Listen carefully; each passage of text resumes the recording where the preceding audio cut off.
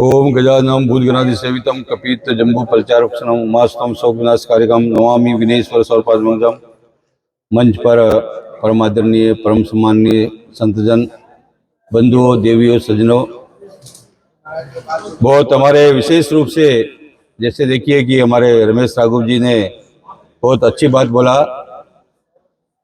हमेशा से हम लोग कोई भी मान लीजिए कि जो हमारा वैदिक सनातन धर्म है कि मोह से जीव लोग जीव भूता सनातना काल से ही इस पृथ्वी पर है। आज से नहीं, आराम से नहीं है। कि जब से सृष्टि का रचना हुआ है तब से ही सनातन धर्म की परंपरा है। मान लीजिए कि उसमें वर्ण व्यवस्था वगैरह है और भी बहुत से भारत में जैसे हमारे बहुत से विद्वानों ने बोला कि भाई यहाँ पर बहुत प्रकार का आक्रमण हुआ। क्षत्रिय समाज हमेशा से न्याय सबको देने वाला है। कहीं पर कोई भी चीज मान लीजिए कि भावना जो होती है भगत के मन में भगवान के प्रति जो भावना है, हमारा अभी जब हम अयोध्या में बैठे हैं तो ये बात करना भी बहुत जरूरी है कि 500 सालों के संघर्ष के बाद भगवान वहाँ पर विराजमान हुए। और जहाँ पर भगवान विराजमान हुए तो जो पूरे देश के सनातनी है उनके मन में कहीं न कहीं भावना आ गया कि भाई हमको भगवान राम का दर्शन करना है।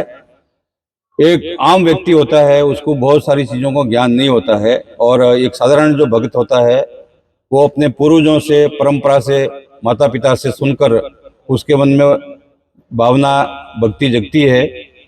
और बहुत सी परंपरा जो हमारे मतलब साधु संत है या आचार्य लोग है वो हमको व्यवस्थित करके बताते हैं। हमारे शास्त्रों में कहा है कि प्रथम जो हमारा गुरु है मातृ देवो भव, पहला जो गुरु है वो हमारा माँ है। और दूसरा गुरु बोले कि पिता पितृदेव भव, वो पहला दूसरा जो गुरु जीवन भर जो पिता जो होता है वो संरक्षण करता है। मैं देखा कि मैं कभी कभी ये समझता हूँ कि माता ही बच्चे को पालती है, पोसती है, उसको प्यार करती है और व्यवस्थित करती है, ऐसा नहीं है। पिता का भी बहुत बड़ी भूमिका होती है। एक पिता को जो बच्चे को संरक्षण देते हैं, मैं जब आज रात को समय में गाड़ी में आ रहा था तो उसका पिताजी का जो है माता नहीं है और वो बच्चा जो बेचारा 2 साल का बच्चा को मैं देखा कि वो पिताजी रात भर सोए नहीं। वो बच्चा रोता रहा, उसको बड़ा प्रेम से हंसाने की कोशिश किया, उसको पानी पिलाया। पूरी में 3 बार और 4 बार रात को उठा तो देखा कि पिताजी पूरा संरक्षण उसको कर रहे हैं। तो पिता का भी भूमिका बहुत बड़ा होता है। तो पिता कभी भी व्यक्त नहीं करता है। हमारे शास्त्रों में, हमारी परंपराओं में पिता के लिए जो है कुछ बहुत कम कहा गया है। माता के लिए तो कहा गया है कि पिता जो है वो असत्य हो सकते हैं परंतु माता असत्य नहीं होती। माता जो हमेशा सत्य है। और जब जो माँ ने हमें बता दिया कि ये तुम्हारा पिता है तो हमने उसको मान लिया। तो ऐसी बहुत सारी परंपरा, बहुत सी भ्रांतियां हैं, परंतु ऐसा होता है कि पिता की विशेष रूप से बहुत बड़ी जीवन में एक भूमिका होती है हमेशा से। और देखिए कि हमारा प्राचीन काल से ही जब आप लोग जो पूरा विद्वान है कि हमारे ऋषि मुनियों का देश है ये। प्राचीन समय में पहली भाई जो कश्यप ऋषि थे जिनका पूरा विश्व कश्मीर वगैरह सब था। आज भी जब वैदिक सनातन धर्म में हमारे पास में कभी गोत्र हमको पता नहीं है तो बोले कश्यप ऋषि का नाम ले लो, तो उसमें के एक जो उनका 2 पत्नी था, दिति और अदिति, दो पुत्र हुए। एक से राक्षस हुए, एक से देवता। तो पहले समय में सुर और असुर 2 ही थे। उसके बाद कालांतर में मनु महाराज आए, उन्होंने 4 वर्ण व्यवस्था बनाया, कि 4 विभाग बनाया उसको व्यवस्थित करने के लिए। बाद में हमारे बहुत महान लोग आए जिन्होंने जातियों की व्यवस्था किया। जैसे मान लीजिए कोई जाति छोटा नहीं है, क्योंकि राजनीतिक दृष्टि से बहुत से लोग होते हैं कि भाई जातियों को लिए बड़ा कहते रहते हैं कि जातियों को खत्म होना चाहिए, जातियों समाप्त हो जाना चाहिए।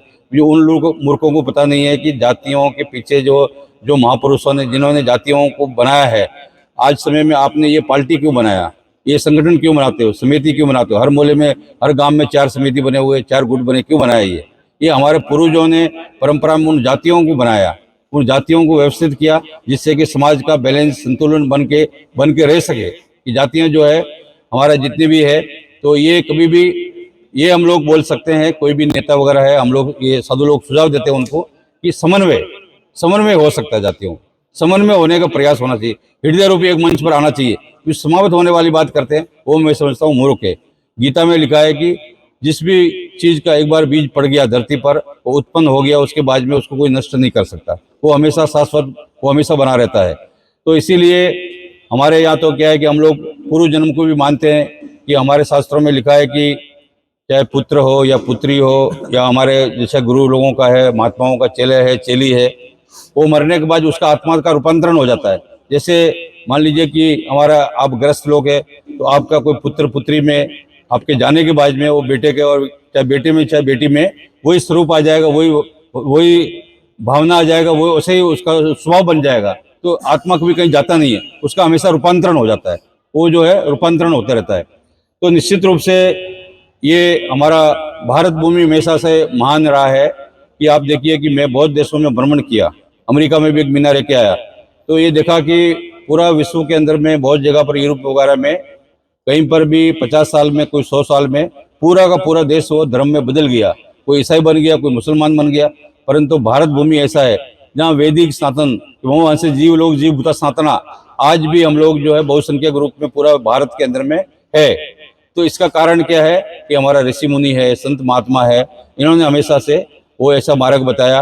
और हमारी विशेष रूप से इन जातियों का महत्व है कि जो भी हमारे यहाँ पूर्वज, अभी देखिए कि आप देखते हैं कि मान लीजिए किसी ने महान कर्म किया, अभी राजेश पायलट जैसा अभी नाम था वो खत्म हो गया, उनका बेटा अभी सचिन पायलट है, तो वो उनके पिताजी हवाई जहाज चलाते थे, तो उन्होंने अपना टाइटल बना लिया, अपना सरनाम बना लिया।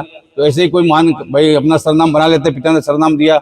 अब जैसे मान लीजिए कि अभी यहाँ पर जहाँ अयोध्या में हम लोग विराजमान हैं, तो अयोध्या के अंदर में भगवान राम को उनके जो पूर्वज है उनका भी भगवान का शिव का पूजा किया, तो यहाँ के नाग का ईश्वर नागेश्वर, और रामेश्वर में पूजन किया तो बोले राम का ईश्वर रामेश्वर, और ऐसे ही दूध का ईश्वर बोले दूधेश्वर। तो शिव का सरनाम क्या हुआ? ईश्वर है, शिव का सरनाम ईश्वर हो गया। जैसे आपका सिंह है, हमारा गिरी है, इनका दास है, तो ऐसे ही शिव का नाम। तो ऐसा देखिए कि जब आप कभी भी ईसाइयों के वहाँ जाते हैं, तो ईसाइयों को उसको बोलते हैं, उनको मंदिर को बोलते हैं गिरजाघर। तो गिरजा किसको नाम है आप जानते हैं, पूरा गिरजा किसको बोलते हैं। और वहाँ पर क्या घंटा लगा हुआ है और क्रॉस लगा हुआ है, क्रॉस लगा हुआ है, आपने देखा होगा, है ना जी। गणेश जी का क्रॉस होता है हाथी के ऊपर अंकुश लगाने के लिए भी। तो वो सारा चीज़ अपना ही है। वहाँ भी आप मक्का मदीना में जाओ तो वहाँ भी काला पत्थर वो चुम के आते हैं, वो भी अपना ही है। तो पूरा विश्व में वैदिक सनातन धर्म संपूर्ण विश्व में आदिकाल से ही जो है, पूरा संपूर्ण विश्व के अंदर में ये सनातन धर्म के रूप में हम लोग सभी लोग हैं।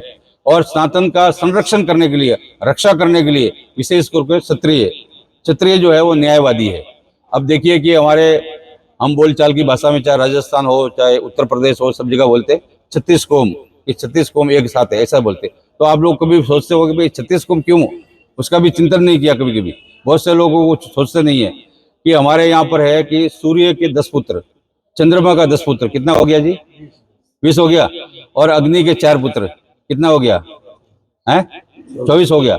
और ऋषियों के 12 पुत्र, कितना हो गया? 36। इसको बोलते हैं 36 कोम, ये 36 कोम बनता है। तो बहुत से चीजों को लोग जो है उसका अध्ययन नहीं करते, जानते नहीं है, कुछ सोचते नहीं है।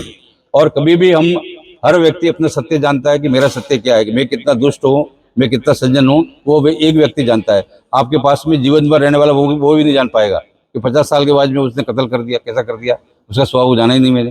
तो किसी व्यक्ति का स्वभाव को कोई जान नहीं सकता, वो हर व्यक्ति अपना स्वभाव को जानता है, हर व्यक्ति अपना सत्य जानता है कि मेरा सत्य क्या है। परंतु जो सनातनी है वो सबका भला करने का सोचता है।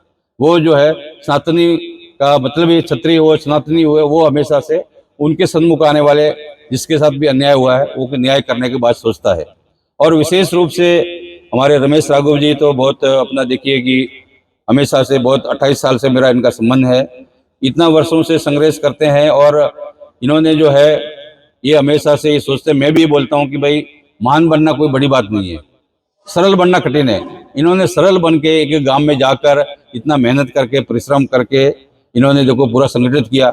अभी कल जो हमारे पास में शिव गोपाल मिश्रा जी आए, रेलवे के बहुत बड़े अधिकारी है और बहुत रेलवे के कम से कम करोड़ों रेलवे कर्मचारियों को मदद किया। तो बोले महाराज मैं तो ऐसा कम्युनिस्ट हूँ, परंतु मैं शिव भगवान को मानता हूँ। वो आके अभिषेक करते हैं, पूजा करते हैं। तो कम्युनिस्ट होना का मतलब ये नहीं है कि वो एक तरफ नास्तिक है ना जी। नास्तिक कोई भी नहीं है यहाँ पर। जो भी आस्थावान, जो अपने प्रति आस्था रखता है, माँ बाप के प्रति आस्था रखता है, व्यक्ति अपने प्रति आस्था रखता है, वो आस्तिक है। तो इसीलिए संसार में नास्तिक कोई नहीं, सभी आस्थावान है, परंतु उसकी आस्था का रूप स्वरूप अलग अलग हो सकते हैं, उसका स्वरूप है, रूप है, अलग हो सकते हैं, परंतु आस्था सबकी अपनी अपनी आस्था होती है, अपना अपना विश्वास होता है, अपनी अपनी श्रद्धा होती है। तो इसीलिए हम कभी भी किसी भी आलोचनाओं में या प्रशंसाओं में नहीं जाके व्यक्ति को जीवन में अपना एक संतुलन बनाना है, बैलेंस बनाना है।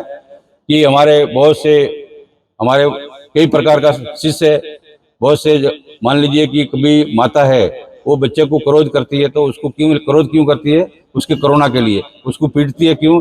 उसको करुणा के लिए, कि भाई वो बच्चा कभी बिगड़ नहीं जावे, वो शांति रहे, अच्छा बच्चा बने। तो उसको जब वो इतना घृणा करेगी उतना वो प्यार भी करती है नहीं? तो जहाँ पर घृणा है वहाँ उसको प्यार भी है। तो इसीलिए माँ का जो है वो मारना, वो बच्चे को कभी भी वो गलत नहीं लगता है। तो पिता का भी अनुशासन में रखने के लिए जरूरी होता है। तो इसीलिए मैं हमेशा बोलता हूँ कि पिता का और माँ का दोनों का भूमिका बरोबर है एक किसी का जीवन को व्यवस्थित करने के लिए।